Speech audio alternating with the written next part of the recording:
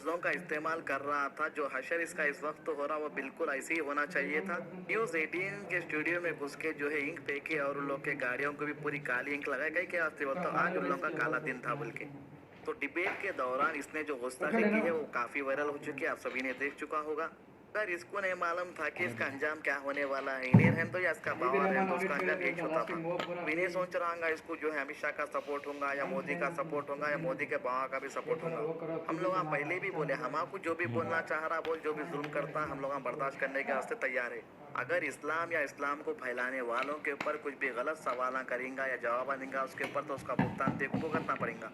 इन्हें सोच रहा हूँ बाबा रामदेव के साथ फोटो उतर के, अमित शाह के साथ फोटो उतर के, मोदी के साथ फोटो उतरे तो सब जने मेरे से डरेंगे बोल के। यही बोलना चाहूंगा कि कुछ वक्त उन लोगों का है मगर कि पूरी दुनिया हमारी से अभी भी। ऑलरेडी इसके कई साथियों के ऊपर केस बुक हो गया जो मुसलमानों के खिलाफ जहर उगल रहे थे और 2 दिन से इसके ऊपर इतने एफआईआर दर्ज हो गए कि इसको माफी मांग कर घुटने टेकना ही पड़ा। और इसकी इतनी जबरदस्त फटी के मैं ठहरा रहा, जमीन चलने लगी, बोला हूँ इन्हें। तो पहले देखेंगे कि कैसे ठंडी आवाज में इन्हें माफी मांगा।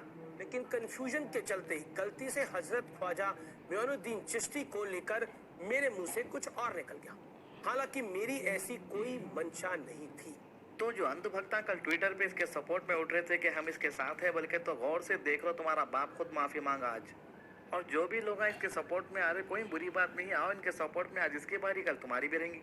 जैसा एफआईआर दर्ज हुआ इन्हें माफी मांग लिया और इसकी किस्मत अच्छी थी कि इन्हें माफी मांग लिया, इसको वक्त मिल गया इसका।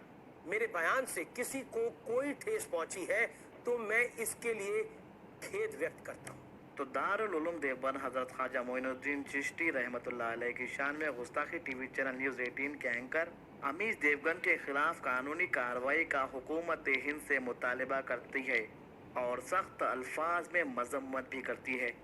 तो हमारे जो उलामा है इसके ऊपर सख्त से सख्त कार्रवाई करने की मांग कर रहे हैं। अगर हुकूमत जो है इसको बचाने की कोशिश करते हैं तो कोई बात नहीं है, हमारा अल्लाह बहुत बड़ा है, आखिरत में तो इसको उसका अंजाम भुगतना ही पड़ेगा।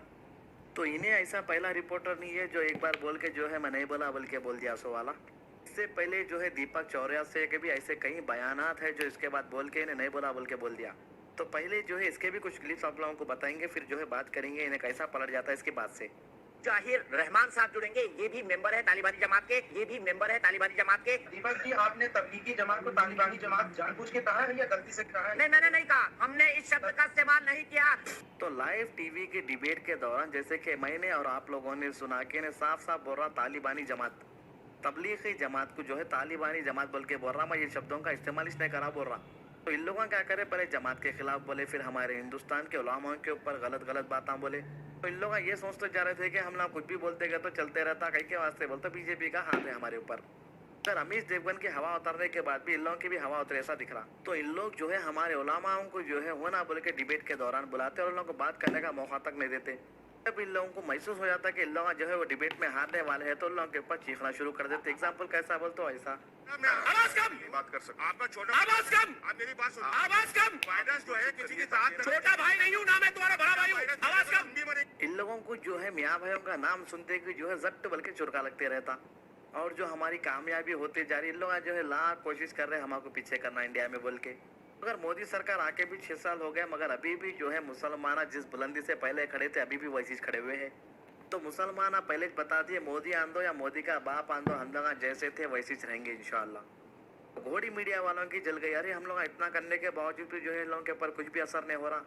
तो जो है हमारे मीडिया चैनलों के ऊपर डिबेट में बुलाएंगे और इन लोगों की बेइज्जती करेंगे बोल के।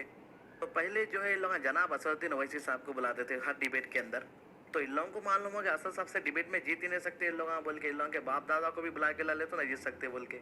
तो इसीलिए जो छोटे लीडर्स है उन लोगों को बुला के डिबेट करके बातें करना सोचे उन लोग। अगर हर वक्त इन लोगों का प्लान फेल होता गया, जिसको भी बुला रहे थे उन लोग जो है बेइज्जती करके छोड़ दे रहे थे इन लोगों की। भारत दर्शकों, जो सबसे कमजोर लूटा पीटा हो उसको हम लोग क्या कहते हैं, उसको कहते हैं पिद्दी। पिद्दी